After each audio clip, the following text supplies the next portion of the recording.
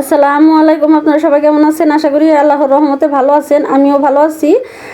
শেফামনি রান্নাঘরে সবাইকে স্বাগত। আজকে দেখাবো একটি স্পেশাল এই পাস্তা থাই চিকেন স্যুপ রেসিপি।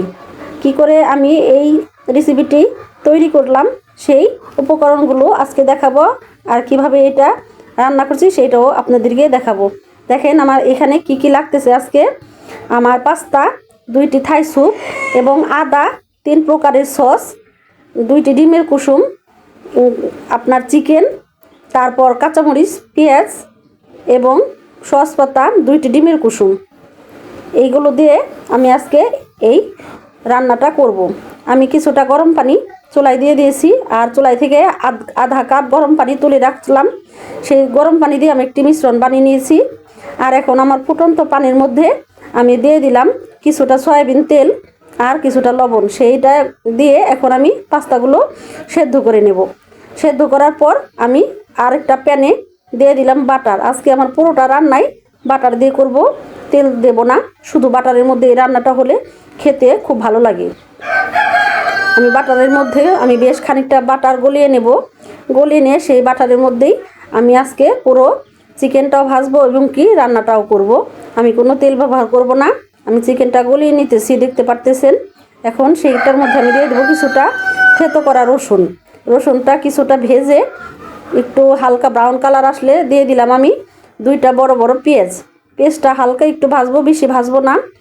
তারপর ভেজে দিয়ে দিব কিছুটা কাঁচামরিচ। কাঁচামরিচটা আমি কম দেব, যেহেতু এখানে আপনার ইটা ব্যবহার হবে বেশি, গোলমরিচের গুঁড়া। আর গোলমরিচের গুঁড়ার মধ্যে তো জানিনি ঝাল থাকে। আর যেহেতু আমার নাগা চিলি সস আছে, সেইটার মধ্যেও ঝাল আছে, সেইটা বুঝে আজকে আমার ঝাল ব্যবহার করতে হবে। আর দিয়ে দিলাম কিছুটা চিকেন। আর চিকেনটা কিন্তু আমি মানে লম্বা স্লাইস করে কাটছি, কিছুটা চিকন করে, আর কিছুটা কেটেছি আপনার চ্যাপটা করে। 2 প্রকারের করে আমি চিকেনটা কেটে নিয়েছিলাম। আর দিয়ে দিলাম আপনার গোলমরিচের গুঁড়া, সাদা গোলমরিচের গুঁড়া এবং কি কালো গোলমরিচের গুঁড়া দিয়ে খুব সুন্দর করে চিকেনটা ভেজে নিতেছি। আর দিয়ে দিলাম আদা স্লাইস করে কেটে রেখেছিলাম পাতলা করে, সেগুলোও দিয়ে মিলিয়ে খুব সুন্দর করে আমি একটু ভেজে নেব। হালকা কিছু লবণ দেব, লবণটা আমি কম দেব, সেই জন্য আমি হালকা লবণ দিয়ে ভেজে নেব চিকেনটা। চিকেন ভেজে আমি যে সেদ্ধ করে রেখেছিলাম সেই সেদ্ধর পানিটা কিন্তু আমি ফেলে দিইনি। এই পানিটা দিয়ে আজকে রান্না হবে। সেই পানিটা শুদ্ধ আমি দিয়ে দিলাম চিকেনের মধ্যে পাস্তা সহকারে। দিয়ে এখন খুব সুন্দর করে নেড়ে মিশিয়ে নেব। আর যে মিশ্রণটা বানিয়ে রেখেছিলাম আমি এইটা আপনাদেরকে দেখাইতে পারিনি, দুঃখিত, কারেন্ট ছিল না। আজকে এত তাড়াহুড়া করে রান্নাটা করছি যে আমি এই মিশ্রণটা বানানো দেখাইতে পারিনি। আমি বলে দেব কিভাবে করছি। আর আমি কিন্তু একটু একটু করে মিশ্রণটা ঢাললাম, আপনি দেখতে পারতেছেন আপনারা। যেহেতু এই মিশ্রণটা একেবারে ঢাললে কি জমাট বেঁধে যাবে, খেতেও ভালো লাগবে না। একটু একটু করে ঢালতে হয় আর একটু একটু করে নাড়তে হয়। আমি সেইভাবে ঢালছি। আর কিছুটা লবণ দিয়ে দিলাম, লাগছে আমার কাছে লবণ লাগবে, সেই জন্য আমি দেখে একটু লবণ দিয়ে দিলাম। আর একটু লবণ দিলাম, দিয়ে খুব সুন্দর করে নেড়ে এখন মিশিয়ে নেব।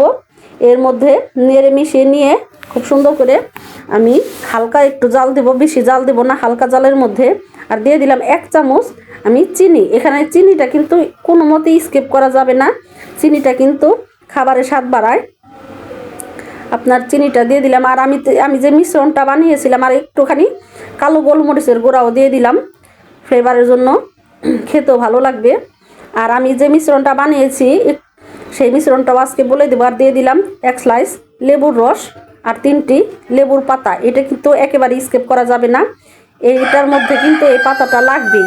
আর কিছুটা ধনে পাতা সেইটাও দিয়ে দিলাম। দিয়ে খুব সুন্দর করে নেড়ে চেড়ে মিশিয়ে নেব।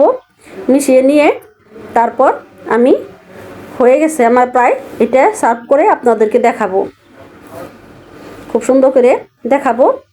আর আমি কিভাবে মিশ্রণটা বানিয়েছি সেটাও এখন বলে দেবো শর্টকাটে। আজকে ভিডিওটা একেবারে আমি তাড়াহুড়া করে বানিয়েছি, আর কারেন্টে এত জ্বালাইছে আপনাদের দেখাইতেই পারি নাই কিভাবে আমি মিশ্রণটা বানাইছি। আমি সার্ভ করে দেখাচ্ছি। যেমন এটা দেখতে যতটা সুন্দর তার চেয়ে বেশি হয়েছে আপনার খেতে ততটাই মজা।